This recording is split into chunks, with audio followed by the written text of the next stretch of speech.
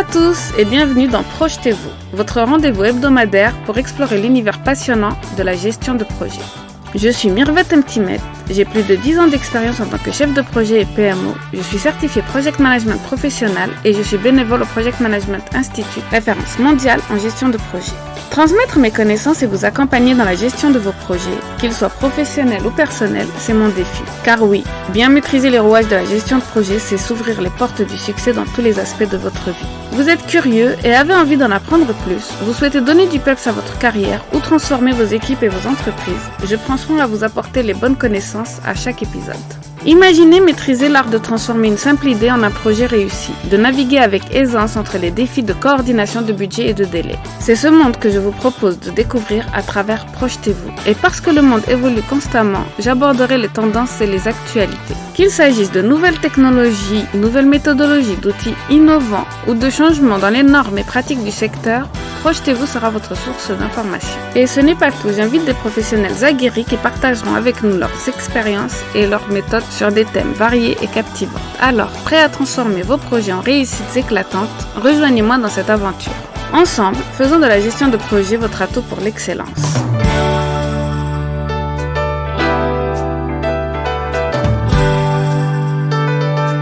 Bonjour à tous, bienvenue dans Projetez-vous. Aujourd'hui c'est mon anniversaire et j'ai le plaisir d'accueillir Antoine Delugo, un expert en gestion de projet et qui a des visions et des tendances sur la gestion de projet à ne pas manquer. Si vous êtes chef de projet, ici, vous allez pouvoir avoir une vision de la gestion de projet en entreprise, quelles sont les qualités à avoir, mais aussi quelles sont les nouvelles tendances qui arrivent. Antoine Delugo est vraiment passionné de gestion de projet quand même, donc cela promet une conversation riche et passionnante. Je vous souhaite une bonne écoute.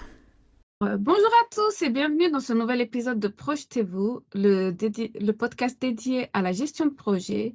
Pour vous aider, j'apporte chaque semaine des conseils et j'ai le plaisir d'avoir plusieurs personnes qui viennent dans le podcast. Et aujourd'hui, il s'agit d'Antoine Delugo.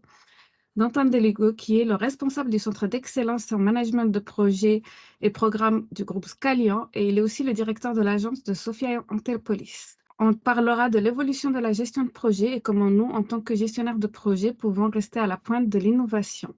Donc, Antoine, je l'ai rencontré lors des rencontres du PMI à Versailles, la rencontre 2023. Moi, je faisais partie de l'équipe organisatrice et puis Antoine était venu en tant que sponsor en représentant l'agence Scalian. Et puis, j'avais été vraiment époustouflée par sa conférence qu'il avait fait avec Cyril Verbusch, qui était le cofondateur d'Ofolio.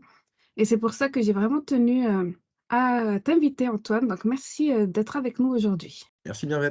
Alors, Antoine, peux-tu un peu nous parler de ton parcours et de ce qui t'a conduit aujourd'hui à être le directeur du Centre d'excellence en management de projets et de programmes chez Scalian?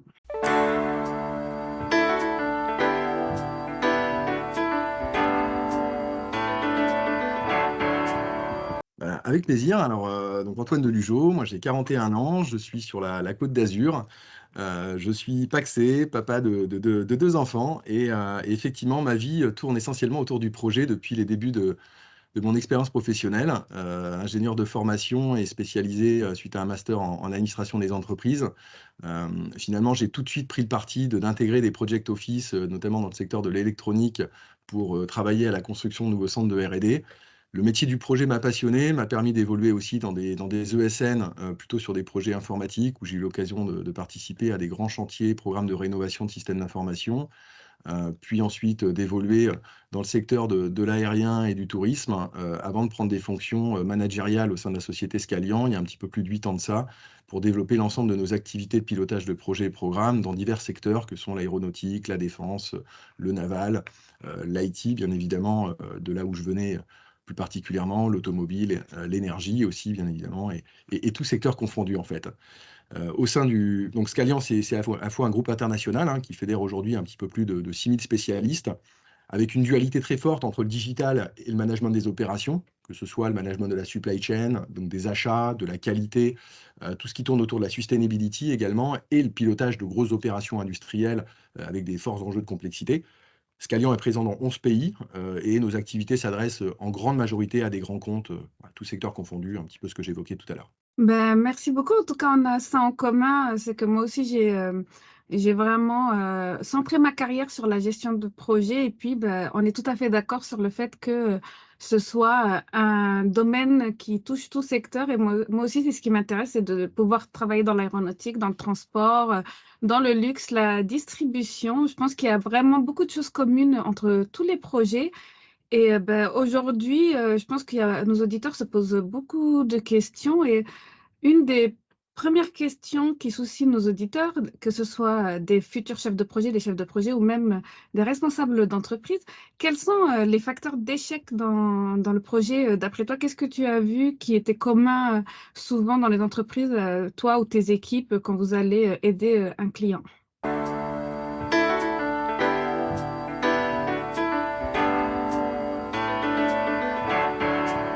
Alors, bon, il y a quand même de nombreux facteurs d'échec, hein, puisque nécessairement, chaque entreprise, chaque compagnie a ses spécificités, c'est lié aussi aux enjeux sectoriels.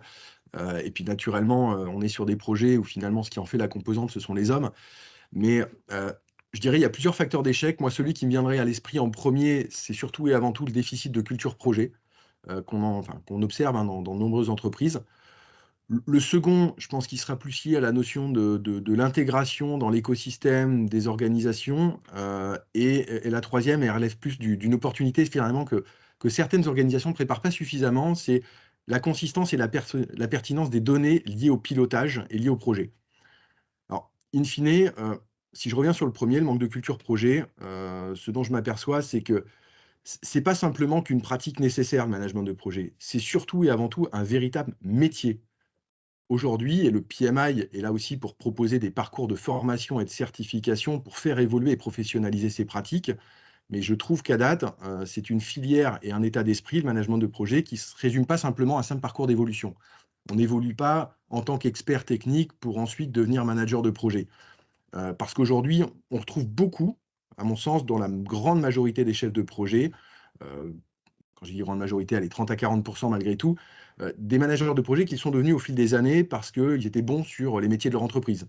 Ils réussissaient probablement sur des métiers et des projets qui étaient plutôt techniques, qui étaient assez semblables, qui étaient très cadrés.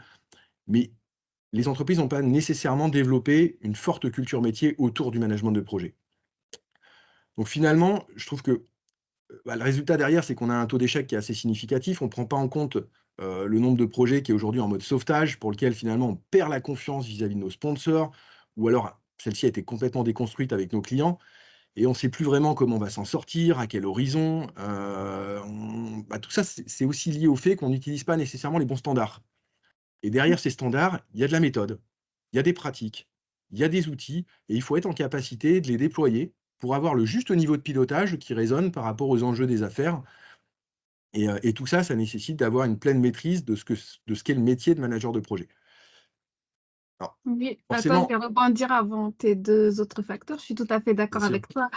Antoine, et puis souvent j'ai eu pour des missions, pour aider des clients où on me demandait d'être chef de projet ou PMO et quand je leur parle juste du Project Management Institute et de ma certification, ils ne connaissaient pas du tout juste cette certification et ils demandaient quelqu'un qui était PMO, mais ils ne savaient pas quelle était exactement l'étendue du rôle. Ils demandaient quelqu'un qui était chef de projet et puis souvent quand je suis PMO, je suis face à ces chefs de projet qui sont des experts techniques et qui comprennent pour eux, ce que je leur impose, c'est vraiment de la lourdeur, c'est vraiment du blabla, de la documentation. Or, ça fait qu'ils n'ont pas un recul et une vision. Ils sont toujours là dans le moment, c'est-à-dire, oui, oui, bah, ça, c'est plus tard, donc on s'en occupera plus tard. Aujourd'hui, je dois livrer ça, ça, ça, et j'ai pas de vision long terme. Donc, vraiment, je te rejoins sur ce premier facteur, en fait. Alors, tu parlais de recul, mais finalement, le pilotage, c'est, je pense, l'art de prendre de la hauteur et du recul et de pouvoir juger la situation, non pas seulement par rapport au réalisé, mais surtout par rapport à la trajectoire, en fait, qui va nous mener à l'objectif du projet. Voilà, on a fait ça, c'est bien, mais finalement, qu'est-ce que ça nous dit sur l'objectif à terminaison? Est-ce qu'on doit réagir? Est-ce qu'on doit arbitrer? Qu'est-ce qu'on doit décider? Qu'est-ce qu'on doit sécuriser en priorité? Et finalement, sur cette même idée-là, en fait, les outils ne doivent pas servir uniquement le reporting qui est incombé de par ce qu'attend le management, parce qu'en fait, c'est un petit peu vu comme ça, et c'est ce qui amène aussi parfois certains de nos clients, ou dans un écosystème que je côtoie, à nous doter de PMO, au sens Project Management Officer, pour faire une partie du travail que le manager de projet n'a pas envie de faire. Et donc, de se décharger de ce que tu évoquais tout de suite, qui est cette lourdeur, mais en réalité, le PMO, c'est lui qui apporte de la valeur. Maintenant, encore faut-il lui donner une mission et une direction qui soit autre que celle de, je vais donner un terme grossier, mais le PMO peut être aussi considéré comme la petite main obéissante. Nous, on ne la voit pas comme ça. Nous, Ou chez la Scalian, secrétaire de luxe. voilà, Bien la on a secrétaire la de luxe. conviction, voilà, le PMO, ce n'est pas la petite main obéissante, mais c'est finalement le catalyseur des projets. C'est un organe essentiel dans la sécurisation et l'accélération des projets, et que derrière, il doit être finalement la charnière centrale de l'aide à la décision. Et donc, on doit repositionner cette fonction-là au service du chef de projet pour l'aider à coordonner, piloter ses opérations avec beaucoup, beaucoup, beaucoup, beaucoup plus d'impact.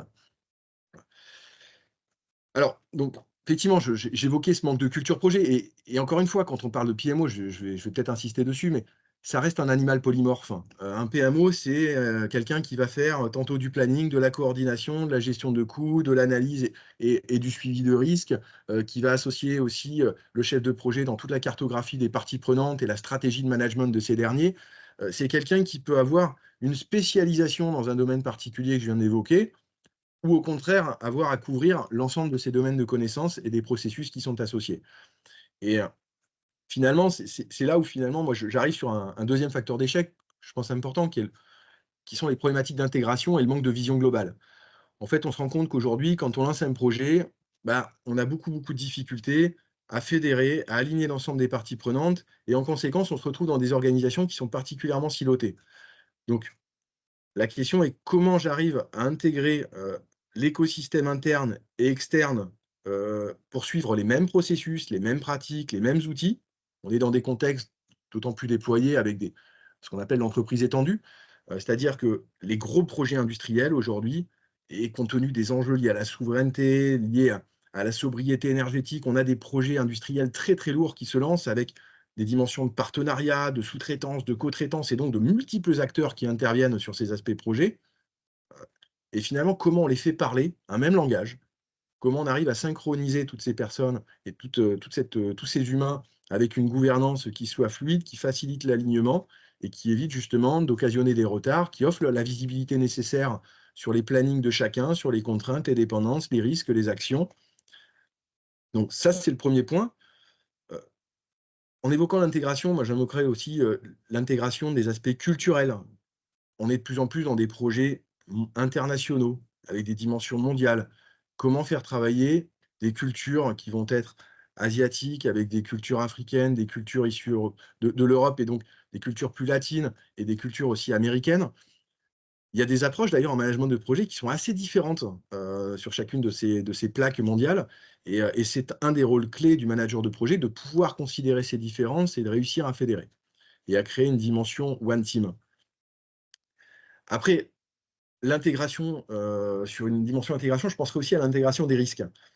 On a de plus en plus une approche risk-driven dans l'exécution des projets, et les questions qui se posent et les enjeux qui sont ceux de nos clients, c'est comment j'intègre la dimension risque et opportunité dans l'exécution de mon projet. Et finalement, faire le lien, par exemple, avec la planification des projets industriels. Comment j'associe la planification de ces marges et les plans de contingence au regard de l'analyse de risque que j'ai pu faire. Et donc, créer des liens entre ces dimensions. Aujourd'hui, c'est traité de manière très séparée. Et si certaines entreprises le font mieux que d'autres, et des secteurs sont plus matures que d'autres dans ce domaine-là, il y a encore beaucoup de manques à date qui créent aujourd'hui un certain écart à terminaison et qui est un des facteurs d'échec sur les projets. La gestion de la dépendance interprojet aussi, c'est un enjeu d'intégration. La gestion de portefeuille aussi. Et finalement aussi, mais je vais peut-être finir un petit peu plus tard en fonction des questions que tu auras, Mirvette, mais comment j'intègre l'intelligence collective dans ces opérations au quotidien? Comment je fais en sorte de sortir d'une forme de réunionnite et de gouvernance qui nous amène à passer énormément de temps mobilisés à nous parler sur des sujets qui sont peu cadrés et à peu décider en séance des actions qui doivent être prises. Et l'intelligence collective et les nouvelles techniques, méthodes et outils qui émergent depuis ces 10 dernières années doivent nous aider. En tout cas, ce qui est certain, c'est qu'on est sur des opérations industrielles qui sont très complexes. Et dans ce contexte un petit peu VICA, finalement, le pilotage à vue, il nous aide peu à voir ce qui peut se passer à moyen terme et encore moins à long terme. Et donc, il augmente encore plus le niveau d'incertitude. Donc, très important que le pilote de projet prenne ce recul pour revenir sur la notion de prise de hauteur que tu évoquais tout à l'heure. La communauté des néo-leaders avec mon partenaire Fawzi Malar de Starter Unip est lancée. Fawzi Malar était mon invité dans Projetez-vous, c'était mon deuxième invité et ça a tout de suite cliqué entre nous. Nous avons abordé les sujets du leadership et de la gestion de projet et pour nous, les deux vont de pair. C'est pour cela que nous avons créé la communauté des néo-leaders, c'est-à-dire les leaders d'aujourd'hui et demain. Nous souhaitons à travers cette communauté vous donner tous les outils pour être des leaders inspirants, motivants, exceptionnels pour aujourd'hui, mais aussi pour demain avec tous les outils, l'intelligence artificielle qui arrive. Aujourd'hui, nous vous proposons un e-book pour vous aider à naviguer et à devenir un leader performant. Nous vous y mettons toutes les habitudes qu'il faut implémenter dans votre leadership pour être performant et éviter le burn-out. Si vous souhaitez télécharger ce e-book, je vous le mets en lien de l'épisode. Répondez à un petit sondage et vous aurez automatiquement l'e-book dans votre boîte aux lettres. Continuez à suivre nos aventures sur les réseaux sociaux et venez nous en parler en direct ou en MP. Merci pour cette réponse assez complète. Moi, dans les deux autres facteurs dont tu m'as parlé, ce que je vois, c'est vraiment, oui, de prendre en compte le facteur culturel et interculturel. Moi, récemment, j'ai un épisode de podcast sur la différence de la gestion de projet dans le monde. Je vous le mettrai en lien dans la description de l'épisode, mais c'est surtout que moi, aujourd'hui, je fais des cours justement de management interculturel pour les étudiants et je pense que beaucoup ont vu à ce jour, avec la globalisation, avec la vitesse d'Internet, on est obligé de travailler avec des gens partout dans le monde et donc il faut vraiment prendre en compte ce facteur interculturel. J'ai même reçu Mitoun récemment aussi qui parle vraiment, à qui ce sujet vraiment tient à cœur. Et aussi, donc ça, c'est vraiment un rôle humain où il faut garder cette dimension humaine pour pouvoir justement prendre en compte ce facteur interculturel. Et d'autre part, j'entends que oui, la gestion des risques, elle est souvent négligée, sauf si c'est un secteur qui est vraiment un OIV, tu sais, d'autres importance vitale, par exemple comme les transports, s'il y a mort d'homme ou des choses comme ça, ou dans le nucléaire. Mais dans les autres types d'entreprises, les risques sont souvent négligés et puis après, on n'a que nos yeux pour pleurer quand on voit les catastrophes financières qui en découlent ou même des entreprises qui meurent. Et donc ça, je pense que justement, toi, tu avais fait une conférence avec Cyril Verbush qui était sur la planification et où on intégrait tous ces risques dans une sorte d'intelligence artificielle. Et je pense que peut-être délaisser ce côté-ci qui peut être calculé, qui peut être scientifique, à l'intelligence artificielle ou à des outils beaucoup plus performants, ça peut vraiment être, je pense, un débouché pour la gestion de projet. Qu'est-ce que tu en penses par rapport à ces deux questions?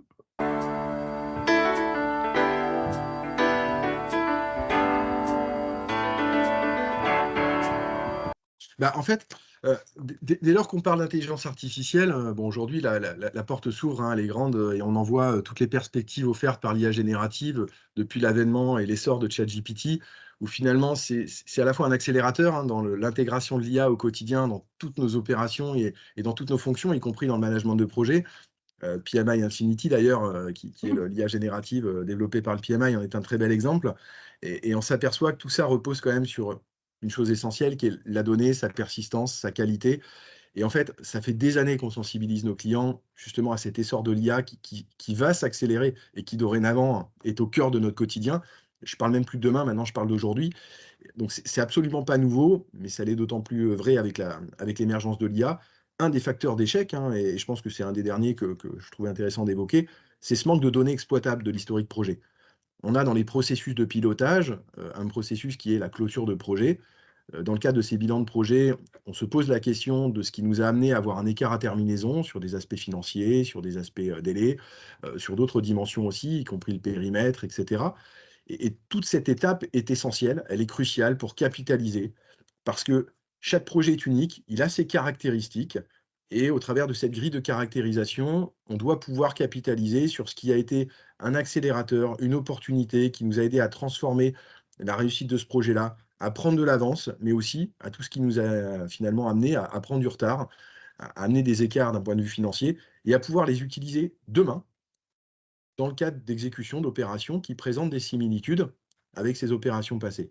Et malheureusement, Ce qu'on constate aujourd'hui, c'est qu'à terminaison d'un projet, la priorité, la préoccupation principale, c'est d'en embarquer des nouveaux pour aussi, les délivrer. Et on passe trop peu de temps sur cette clôture de projet. On historise les données de sorte à ce qu'elles soient peu exploitables. Pour beaucoup, on a le syndrome du PowerPoint qui consiste à faire un état sur différentes dimensions et à stocker le fichier dans un endroit où finalement personne n'ira le regarder et où derrière cette connaissance est finalement presque perdue. Moi, la conviction que je partage, c'est que, au-delà de venir sécuriser des opérations en s'appuyant sur une meilleure capacité à collecter, à fiabiliser, à maintenir et à exploiter ces données projets, on peut demain augmenter la capacité d'un jeune project manager à piloter des opérations industrielles avec un niveau de risque plus faible. Tout ça, voilà, c'est un des enjeux, et finalement, on interroge beaucoup nos clients sur les cas d'usage qu'ils envisagent, qu'ils puissent aussi gérer avec toutes ces données capitalisées et la manière dont ils envisagent aussi de collecter cette donnée pour la mettre à disposition de leur manager. Mm. Bah, je pense que c'est très important et j'aborde ça dans l'épisode de la semaine dernière, justement, parce que je pense que c'est vraiment négligé et délaissé. Et puis, bah, c'est ce que je disais, hein, si c'est bien automatisé, si les gens mettent bien au bon endroit les bonnes données, et puis après, elle est bien capitalisée, et puis dans un projet ultérieur, elle est bien utilisée pour accélérer ou pour être plus optimale, bah, vraiment, je pense que c'est un facteur de réussite pour l'entreprise en général. Et puis, bah, ça fait gagner de l'argent à l'entreprise. C'est vraiment important. Euh, je parlais aussi donc du facteur interculturel, mais en général, pour toi, quel rôle joue le facteur humain justement dans l'échec des projets et puis en général dans la réussite des projets aussi, hein, puisqu'on peut ne pas parler uniquement d'échec, mais aussi de réussite de projet. Toi, par rapport à ce que tu as rencontré, aux personnes que tu as rencontrées, euh, qu'est-ce que tu peux en dire?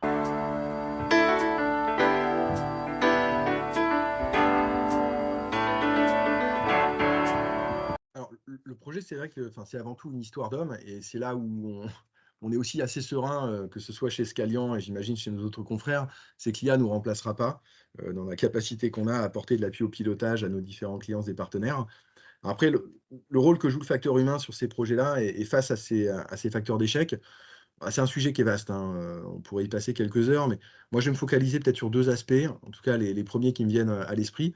Le premier pour faire le lien avec le sujet précédent qui est autour de la capitalisation, clairement, et le second, c'est finalement l'évolution que l'on voit aujourd'hui des différents contextes, des méthodes de travail, qui entraînent la nécessité pour nos project managers, pour nos PMO, de savoir gérer diverses formes d'intelligence.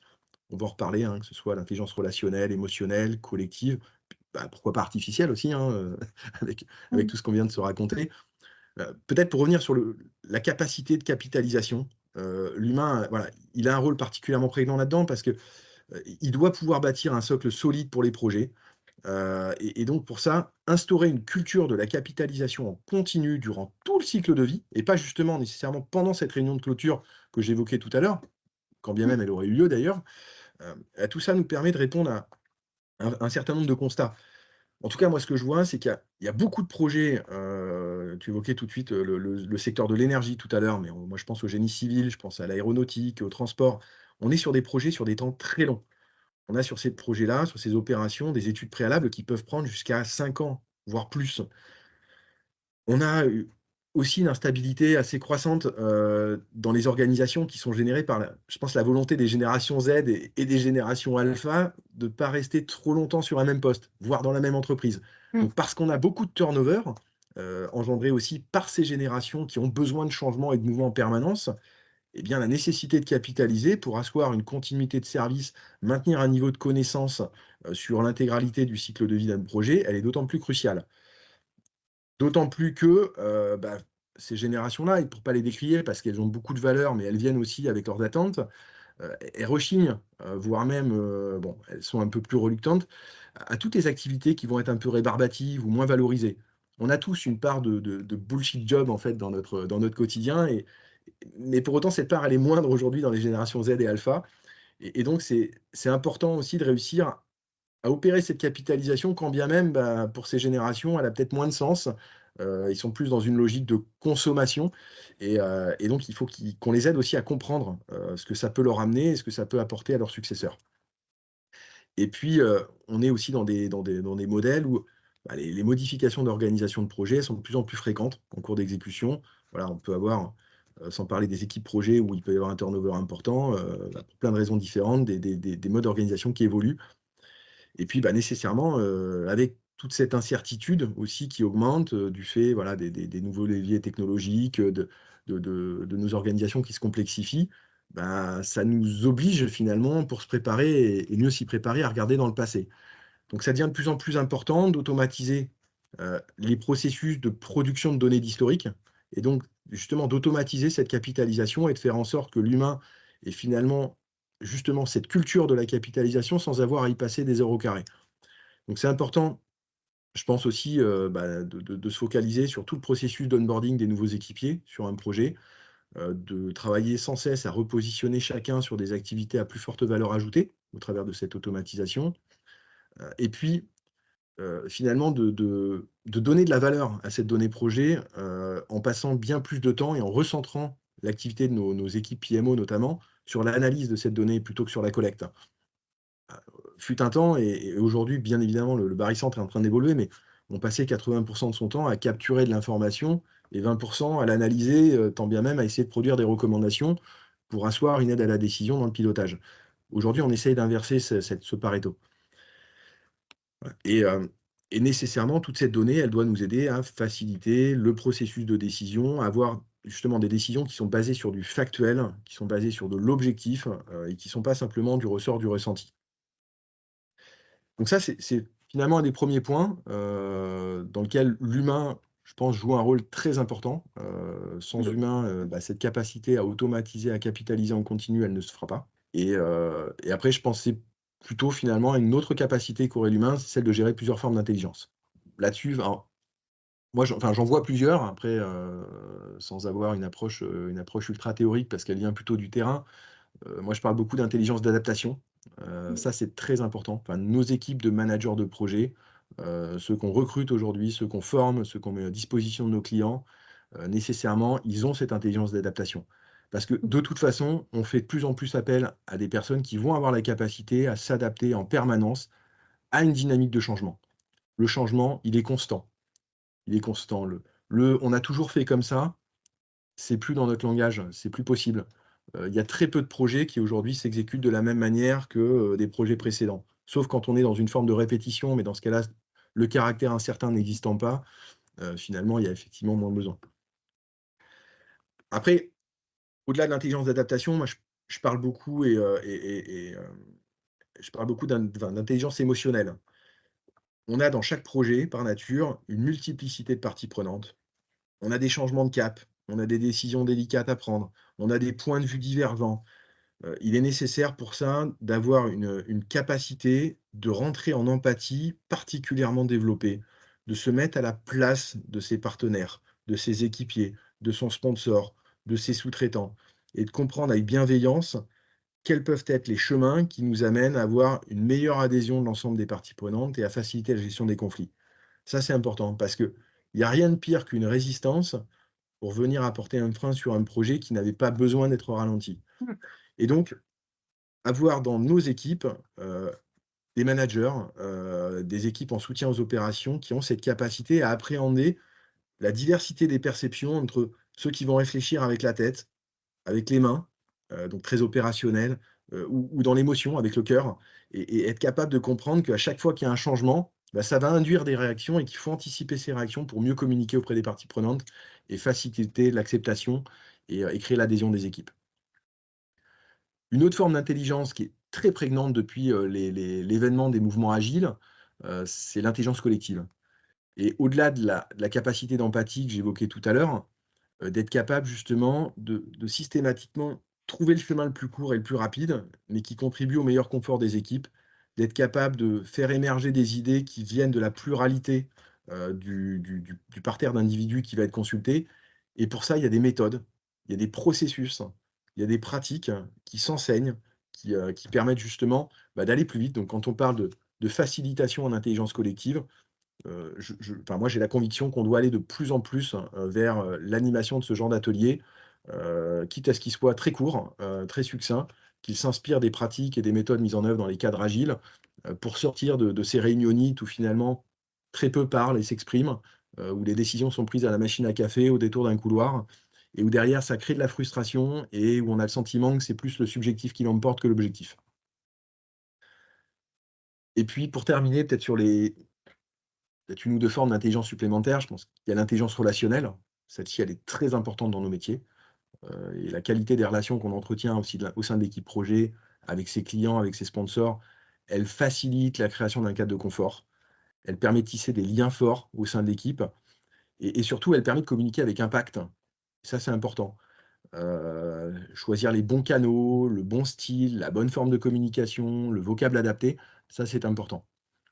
Et puis, bon, je termine parce que ça, on en a déjà parlé, déjà Mirvette, mais l'IA, bien évidemment, donc l'intelligence artificielle, voilà, puisque finalement, c'est une forme d'intelligence que doivent maîtriser nos managers de projet d'aujourd'hui. Je ne dis plus demain, ça je le disais il y a 5 ans, 10 ans, quand on a commencé à travailler sur des activités de R&D appliquées à la transformation du management de projet.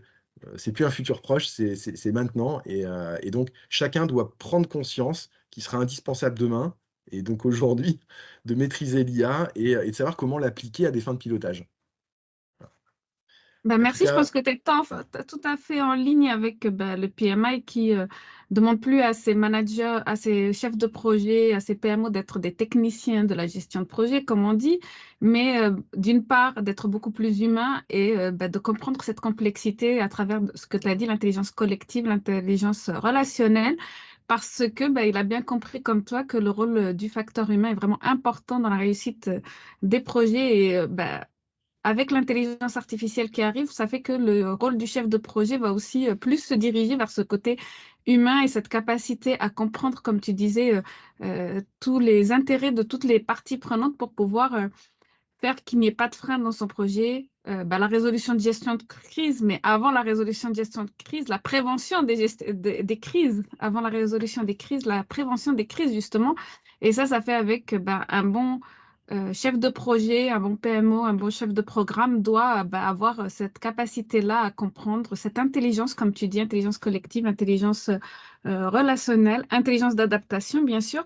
Et quand on parle d'adaptation, tout à l'heure, tu m'as parlé dans un monde VICA, donc pour nos auditeurs qui n'ont peut-être pas, qui connaissent pas bien, donc c'est un monde qui est volatile, incertain, complexe et ambigu. Et par rapport à les enjeux dont on a parlé donc les enjeux de la Gen Z et Gen Alpha, les enjeux justement de cette intelligence qui est plus tournée vers l'humain, vu qu'il y a aussi l'intelligence artificielle qui vient en renfort. Et finalement, quelle est pour toi, comment on peut envisager justement la stratégie dans ce monde VICA en perpétuel changement? Qu'est-ce que tu pourrais donner de plus comme conseil pour nos chefs de projet ou nos directeurs de programme dans les entreprises?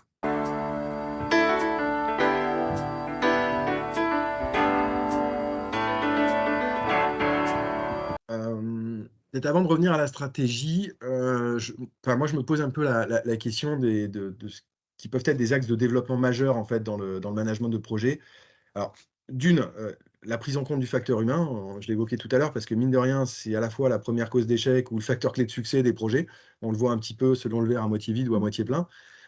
Aussi, donc nécessairement, on doit travailler, et les organisations, nos clients, et on les accompagne en ça, à renforcer l'appréhension de toutes ces formes d'intelligence que j'ai décrites précédemment, puisqu'elles permettront justement de mieux travailler l'adaptation au changement, le développement des compétences, la réduction des conflits, puis l'essaimage aussi d'une culture de collaboration. Donc dans un monde VICA, c'est d'autant plus nécessaire. D'ailleurs, on s'est aussi un petit peu intéressé à tous les liens qu'il pouvait y avoir entre la qualité de vie au travail et la performance de projet. Mm. Et on s'aperçoit que finalement, dès lors que la motivation, l'engagement, la satisfaction des membres d'équipe, des équipiers projet étaient au juste niveau, et bien tout ça, ça se traduisait par une productivité qui était accrue. Donc, dans le facteur humain, je pense que le chef de projet doit aussi s'emparer de ces aspects-là, des aspects QVT, et se sentir responsabilisé de la qualité de vie de ses équipiers. Un deuxième aspect qui me semble important, avant de partir sur des dimensions un peu plus stratégiques, ça c'est un des enjeux, d'aujourd'hui, dans le management de projet, c'est comment améliorer le processus décisionnel? Parce que finalement, au-delà de l'intelligence artificielle qui nous amène des nouveaux insights, qui peut, tel un GPS dans un cockpit de pilotage, nous apporter, des chemins optimisés qu'on ne voyait pas. qu'on n'était pas capable de calculer et qui nous apparaissent finalement être la meilleure trajectoire à emprunter au regard des aléas qu'on trouverait sur la route, comme un accident, qui peuvent être un risque, hein, en l'occurrence, sur un projet. Il y a d'autres technologies dont on parle très peu, trop peu en tout cas, appliquées au management de projet aujourd'hui, qui sont par exemple les technologies dites immersives, telles la réalité augmentée, la réalité virtuelle. Enfin, moi, je reste convaincu que dans un futur proche, pour l'instant, l'IA accélère, mais les cockpits de pilotage dits immersifs joueront, je pense, un rôle clé dans l'aide à la décision. Parce que finalement, très loin de la froideur d'un Gantt qu'on peut regarder ou d'un registre de risque voilà, dans différents outils spécialisés ou même dans un simple Excel qui finalement nous fait plus peur qu'autre chose et reste assez froid à proprement parler. L'immersivité offerte par un cockpit qui permettrait par exemple de visualiser une trajectoire projet, de se saisir des risques, des opportunités, de pouvoir visualiser en temps réel l'impact sur la déviance de tel ou tel objectif ou KPI, permettrait demain de créer des scénarios en commun, collaboratifs, hein, j'entends, de sorte à ce que chacun, dans ce processus décisionnel, eh bien, puisse prendre des décisions, simuler, visualiser les impacts et nous aide finalement à discuter, échanger, nous convaincre ou au contraire écarter des pistes et enfin décider. Donc ça, je pense qu'on peut y aller et que c'est des sujets qui, dans les 5 ans à venir, seront finalement des réalités. Au-delà des solutions PPM que l'on connaît aujourd'hui sur le marché, eh bien, on va avoir de plus en plus cette immersivité qui va nous être proposée. Enfin, tout ça nous permettant demain de modéliser un espace de décision. Enfin, je ne veux pas qu'on rentre dans un Minority Report, Mirvette, mais... Non, mais justement, j'allais rebondir sur ça. Tu m'as fait voyager. Je pense que tu as fait voyager nos auditeurs. Voilà, moi, je tends la main et j'envoie mes tableaux de bord sur le mur et je les vois aujourd'hui. J'ai mon cockpit 360 qui se dessine. Finalement, ces espaces de décision qu'on connaît, hein, les IOBIA ou autres, vont certainement être remplacés par ces technologies dites immersives. Voilà. Tout ça, ça doit nous permettre de scénariser des plans de réponse, de faire une analyse de risque collaborative, de pouvoir faire des analyses d'impact en temps réel. Voilà. Et l'idée, c'est vraiment de décider rapidement de la meilleure option. Et cette capacité à faire de la multiscénarisation en temps réel, à pouvoir, dans l'instantanéité d'un comité de pilotage, de pouvoir décider, et pas simplement de réfléchir à des hypothèses pour demander ensuite à un PMO, un planificateur, un contrôleur de coûts, d'en faire une analyse pour décider dans 2 semaines et dans 3 semaines. La notion du lead time aujourd'hui, et d'être capable de décider rapidement, c'est doter nos clients, nos partenaires, en tout cas le projet, d'un avantage concurrentiel en fait. Quand on gagne 3 semaines sur une prise de décision, nécessairement, on a un avantage par rapport aux autres. Donc, malheureusement, moi, je constate beaucoup d'inertie aujourd'hui dans la prise de décision et parfois, voilà, la remontée d'un fait significatif, d'un aléa et la décision de pouvoir, enfin, de le mitiger, de l'accepter, d'identifier un plan qui permettra de venir derrière en réduire la probabilité ou l'impact, elle prend des semaines. Exactement. J'espère que vous trouvez l'épisode d'aujourd'hui aussi enrichissant et inspirant que je l'ai trouvé à préparer pour vous. Vous savez, chaque épisode est une aventure, un voyage dans les subtilités de la gestion de projet et je suis tellement heureuse de partager cette aventure avec vous. Mais savez-vous qu'il sera bientôt possible de rester connecté et informé en dehors de ces épisodes? Et pour cela, j'ai une nouvelle excitante à partager avec vous. Ma newsletter exclusive est sur le point de voir le jour. Oui, vous avez bien entendu, une newsletter dédiée à la gestion de projet pour pouvoir l'appliquer en entreprise. Pourquoi s'abonner à cette newsletter? Eh bien, je pense que ce sera intéressant pour toute personne voulant développer et optimiser ses projets pour assurer une meilleure maîtrise du budget et une meilleure satisfaction client. Dans cette newsletter, vous pourrez trouver des conseils pratiques, des astuces concrètes et des mises à jour sur les dernières tendances en gestion de projet. Ce sera un lieu où je partage mon expertise, mais aussi des ressources, des études de cas et des tips pour bien amorcer une bonne mise en place de méthodologie dans vos projets si vous êtes encore loin d'appliquer la gestion de projet dans vos projets. Je suis actuellement en train de travailler d'arrache-pied sur cette newsletter pour m'assurer qu'elle soit une source incontournable d'informations et d'inspiration pour vous. Chaque édition sera soigneusement élaborée pour enrichir votre compréhension de la gestion de projet, mais aussi l'appliquer dans vos entreprises. Que vous soyez curieux pour la gestion de projet, un chef de projet ou manager, ou que vous soyez un directeur qui cherche une solution pour mieux gérer vos projets, je pense que cette newsletter vous fournira les réponses que vous cherchez. Mais ce n'est pas tout. En vous abonnant, vous aurez l'opportunité de faire partie d'une communauté partageant les mêmes idées. Vous aurez des news et des petits bonus en exclusivité. C'est une chance de pouvoir échanger sur la gestion de projet. Si vous avez aimé cet épisode et que vous voulez aller plus loin dans la gestion de projet avec des exemples concrets et pratiques, je vous invite à vous abonner à la newsletter. Toutes les informations seront en description de cet épisode. Bah ouais, elle prend des semaines. J'ai vu dans un de mes récents interviews avec Stuart Teston qui parle justement de cette prise de décision et du PPM qui doit être important, où on ne doit plus être à celui qui crie le plus fort, celui qui a le plus de pouvoir. Et ben, tu m'as embarqué dans, j'imagine, ces COMEX ou ces comités de pilotage où ils ont tous un petit casque de réalité virtuelle et puis on dit, bah, si vous prenez cette décision, voilà ce qui arrivera. Si vous prenez cette décision, voilà ce qui arrivera. Choisissez tout de suite. Vraiment, tu nous as vraiment transporté dans ce monde et je pense qu'il arrivera assez vite, hein, vu que justement, comme tu disais, bah, prise de décision difficile, capitalisation difficile fait que bah, quand on arrive en COMEX et comité de pilotage, des fois, on n'a pas assez d'éléments pour convaincre. Et cela, ça va vraiment aider à convaincre et prendre des décisions pour bah, les directeurs, ceux qui ont le pouvoir qui ont l'influence et le pouvoir de débloquer des budgets ou de prendre ces décisions-là. Et par ailleurs, bah, depuis tout à l'heure, on aborde un rôle justement de QVT, de embarquer les équipes, d'intelligence collective. Et moi, je pense que c'est cette casquette-là du chef de projet, ben, on va appeler le mot leadership. Le chef de projet devient plus un leader qu'un technicien. Il doit inspirer et motiver ses équipes pour prendre les meilleures décisions et puis être ben, QVT, ça veut dire aussi être les plus performants. Donc, quelqu'un qui va avoir une bonne qualité de vie va être plus motivé, va donner des meilleurs résultats, de la créativité et puis va faire que les projets réussissent. Donc, moi, je travaille beaucoup sur justement cette casquette de leadership. Et pour moi, le leadership et le management de projet sont vraiment indissociables. Et d'ailleurs, ben, je fais actuellement, je monte une formation avec un partenaire ben, sur cette tendance-là, leadership, management de projet, communication. Et ben, il y a des routines à installer, comme tu dis, comme les stand-up en agilité, c'est-à-dire avoir un quart d'heure où on voit toute l'équipe, où on parle de nos problématiques, du futur. Donc, c'est vraiment deux pans que tu as bien.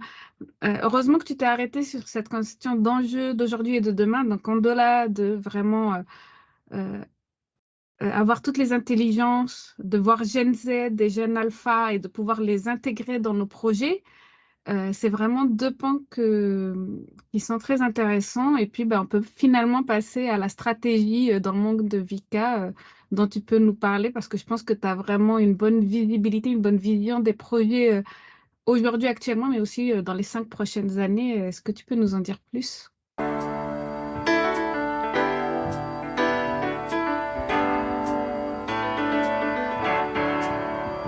Très rapidement, mais enfin, on pourrait presque en faire un podcast dessus, mais moi, la question que je me pose, enfin, et j'essaie de poser à mes clients, c'est une stratégie, on est sur une période d'exécution qui est de l'ordre de 3 à 5 ans.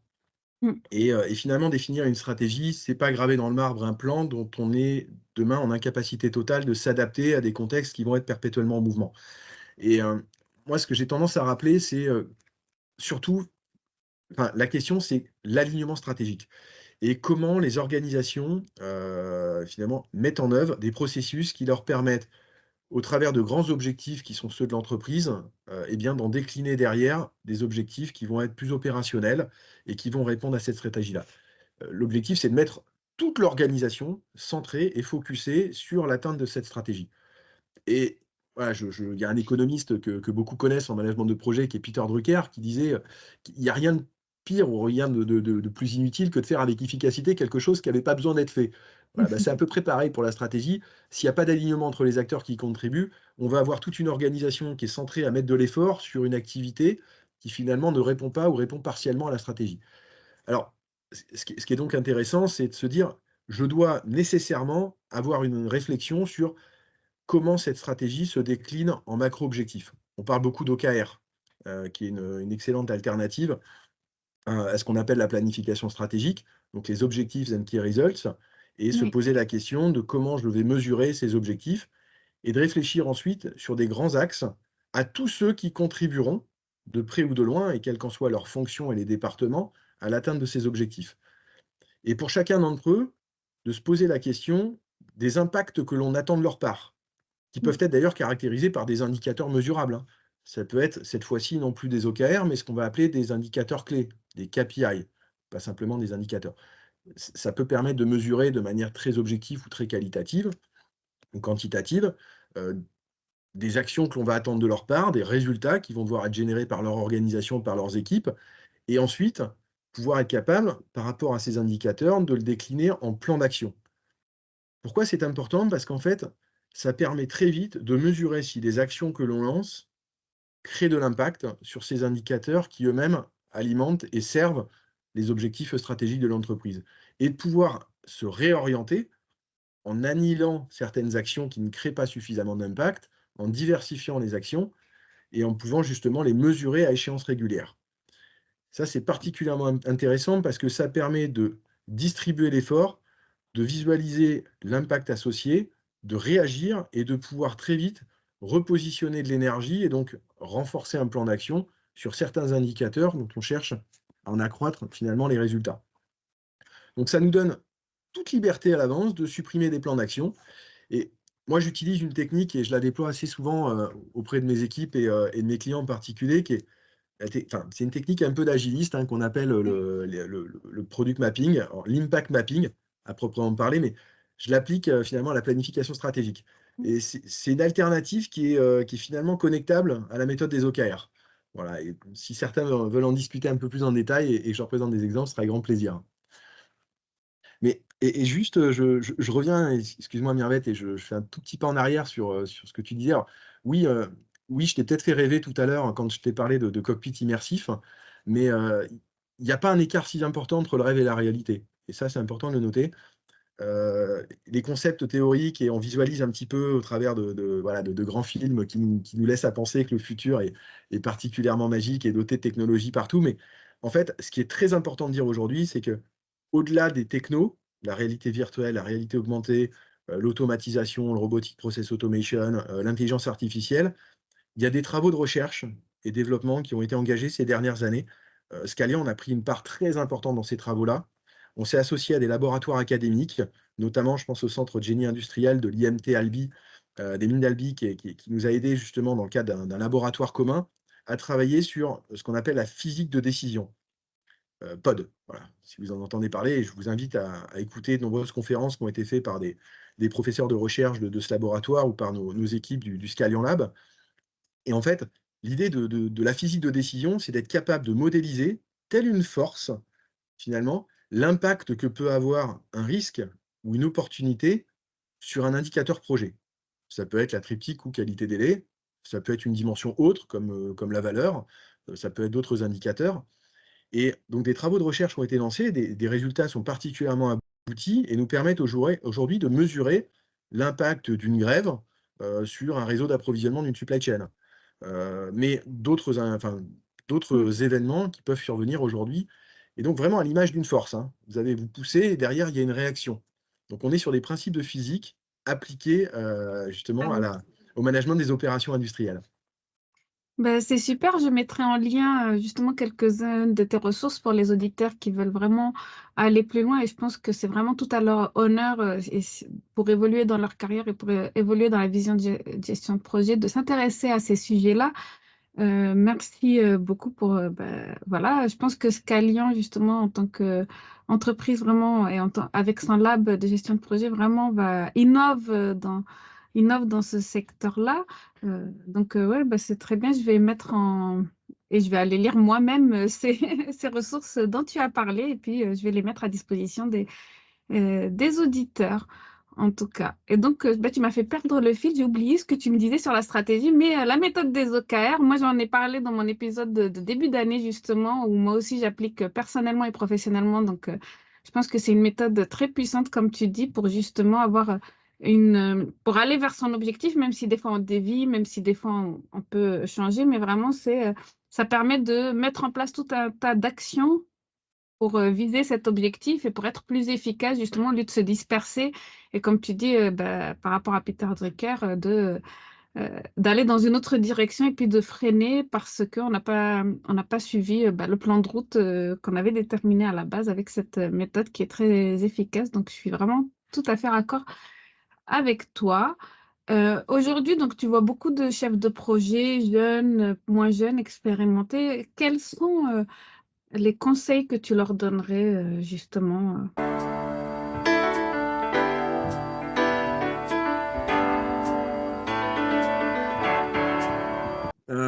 C'est vrai que déjà, on en recrute beaucoup, hein, que ce soit des plus expérimentés comme des plus jeunes.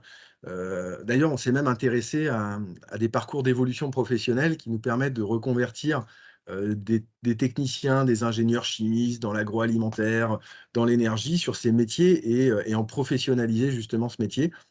Et donc, moi, le conseil que je leur donne avant tout, c'est déjà, c'est un métier à part entière, manager de projet. C'est quand je l'évoquais tout à l'heure, hein, quand je faisais référence au manque de culture projet dans l'organisation, ce qui veut dire que le management de projet, ça doit être une passion avant tout. C'est un métier passion, comme voilà, le métier du spatial, l'ingénieur aéronautique, voilà, pilote d'avion, c'est un métier passion. Et bien le management de projet également. Donc, vivez avant tout cette expérience comme une passion et cherchez à professionnaliser sans cesse vos pratiques. Deuxièmement, créer, développer votre réseau.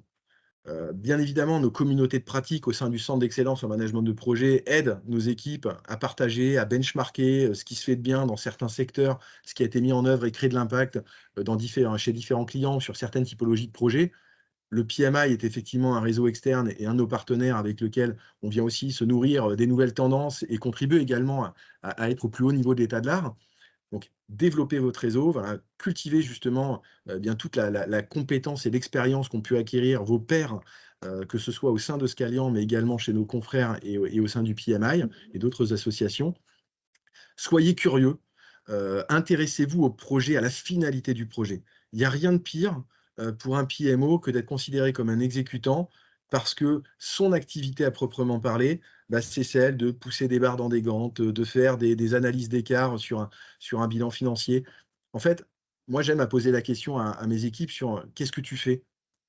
Quel est ton job? Et puis, une petite question un peu piège, c'est quelle valeur tu apportes à ton client? Qu'est-ce qui justifie ce que tu lui coûtes aujourd'hui, chaque jour? Et en fait, quand un consultant me dit, moi, j'assure la planification, je fais le reporting, j'organise la gouvernance, je suis un peu déçu. Parce que ça, finalement, c'est les moyens qui lui permettent d'atteindre la mission qui lui est confiée. Mais en fait, sa mission, c'est quoi? Bah, quand on commence à exprimer sa mission, à savoir, aujourd'hui, je suis garant de la réussite de la modernisation des réseaux de TER en Île-de-France, c'est pas tout à fait pareil. J'ai pas l'impression de parler, au même PMO quand il s'exprime comme ça. Et en fait, ce côté business partnership, il passe aussi par, comprendre la finalité, quels sont les usages, la réalité de ce projet, quels sont les bénéfices qu'on en escompte. Parce qu'on lance pas un projet parce qu'on s'ennuie, on le lance parce qu'il y a nécessairement des bénéfices associés. Il y a des clients, il y a des clients de clients et on est un acteur, on est un maillon fort dans ce projet-là et on n'est pas voilà, on ne doit pas se limiter, se contenter aux activités qui sont les nôtres. Mais ça, je le dis à mes clients aussi. Ce que je leur dis, c'est ne nous réduisez pas aux activités que vous souhaitez nous confier. Travaillons ensemble à définir une mission, une direction, parce qu'en cadrant nos équipes sur des activités, vous n'en exploitez pas le plein potentiel et vous les freinez dans tout ce qu'ils peuvent apporter autour. Donc, finalement, un PMO qui se convainc aussi que il doit aider le projet à aller plus vite, il va se dire, tiens, est-ce que je peux accélérer le processus d'aide à la décision? Est-ce que je peux faciliter, en amenant des techniques de facilitation d'intelligence collective, avoir des décisions plus éclairées, plus rapides, plus consensuelles, et donc à donner un avantage concurrentiel au projet? C'est très bien et je pense que c'est pour ça que ce podcast est fait. C'est vraiment pour donner ce recul à mes auditeurs, que ce soit qu'ils soient du côté entreprise, directeur ou du côté chef de projet ou futur chef de projet. Moi, je suis ingénieur chimiste à la base et vraiment, j'ai trouvé une passion dans le management de projet et j'ai vraiment été déçue des fois dans des entreprises où on n'avait pas cette capacité à pouvoir contacter. Dans l'entreprise, il y avait beaucoup de chefs de projet, à pouvoir se parler du métier de la gestion de projet et de comment améliorer notre métier avec ce qui est fait dans d'autres projets, dans d'autres départements ou même chez d'autres clients. Donc, c'était vraiment à chaque fois dans mes entretiens d'embauche, par exemple, une composante qui me tenait à cœur. Et puis, je leur demandais, mais que faites-vous pour mentorer vos chefs de projet débutants? Est-ce que les chefs de projet plus expérimentés sont là pour animer une communauté? Donc, c'est vraiment des choses. Et puis, si on ne trouve pas ça à l'intérieur de l'entreprise, comme on a dit, le PMI, le podcast Projetez-vous, des personnes, des figures comme toi, comme les invités que j'ai reçus dans le podcast, c'est vraiment une ouverture. Je pense que c'est un état d'esprit. Et puis, ben, c'est vraiment aller au-delà de la technique, avoir du recul. Et donc, ben,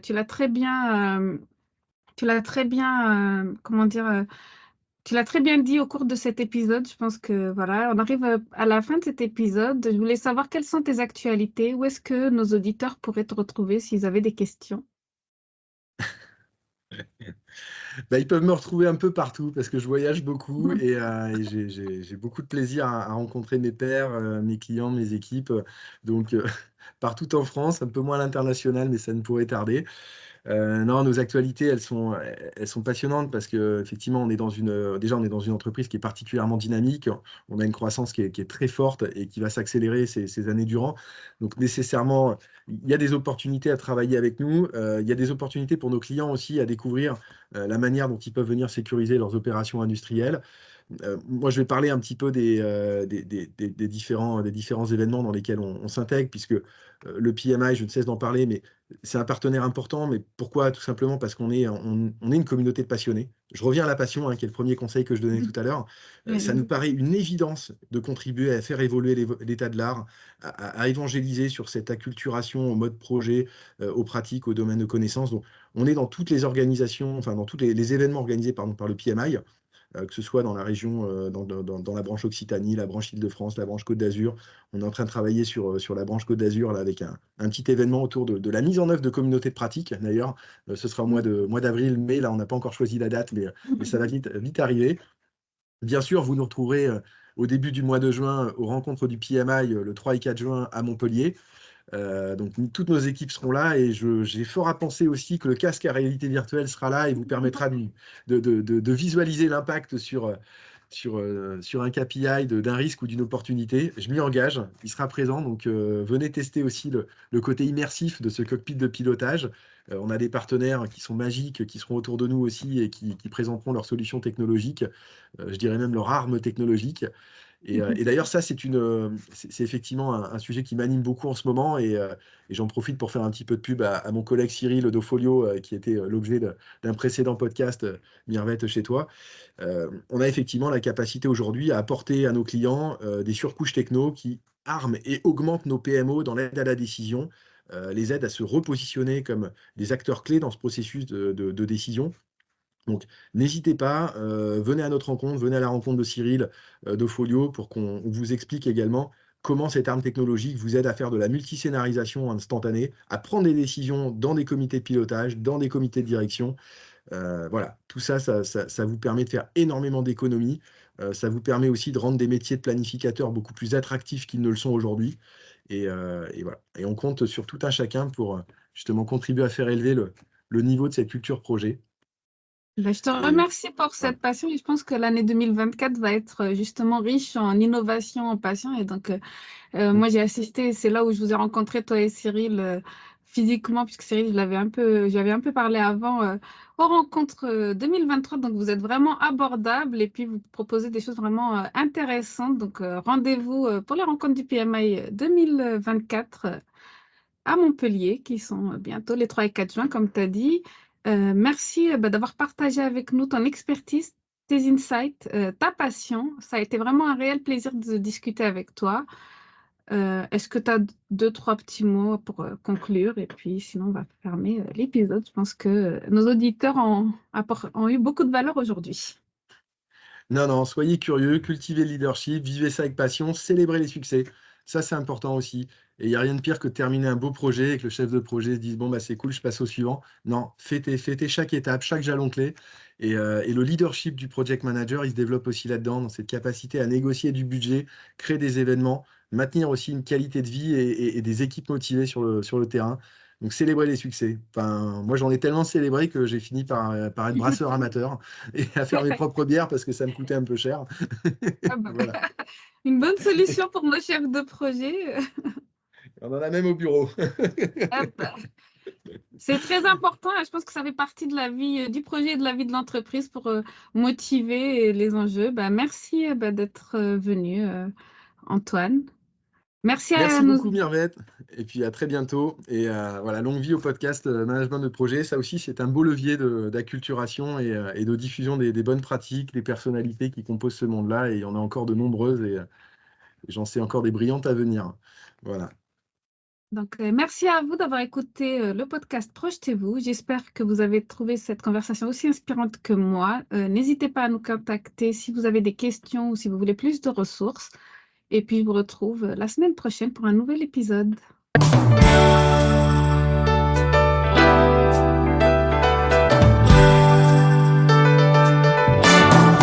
Et voilà, c'est la fin de cet épisode de Projetez-vous, abordant la gestion de projet sans complexe. La gestion de projet, c'est bien plus qu'une série de tâches et de délais. C'est un voyage passionnant vers la réalisation de vos idées les plus audacieuses.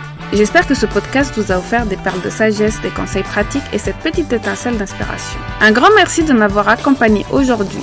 Ensemble, nous faisons de la gestion de projet une aventure riche en apprentissage et en succès. Alors, si vous avez apprécié notre rendez-vous, n'hésitez pas à vous abonner, à laisser un commentaire ou à donner votre avis. Votre soutien, c'est comme un joli diagramme de Gantt. Ça aide à tout aligner parfaitement.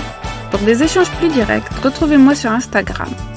Je suis connue sous le nom Mirvette_MGMT, MGMT comme management. Venez y partager vos anecdotes, vos questions ou même vos mèmes préférés sur la gestion de projet. Je vous donne rendez-vous dans le prochain épisode de Projetez-vous. D'ici là, gardez le cap sur vos projets et n'oubliez pas, un bon projet c'est un projet partagé. À très bientôt.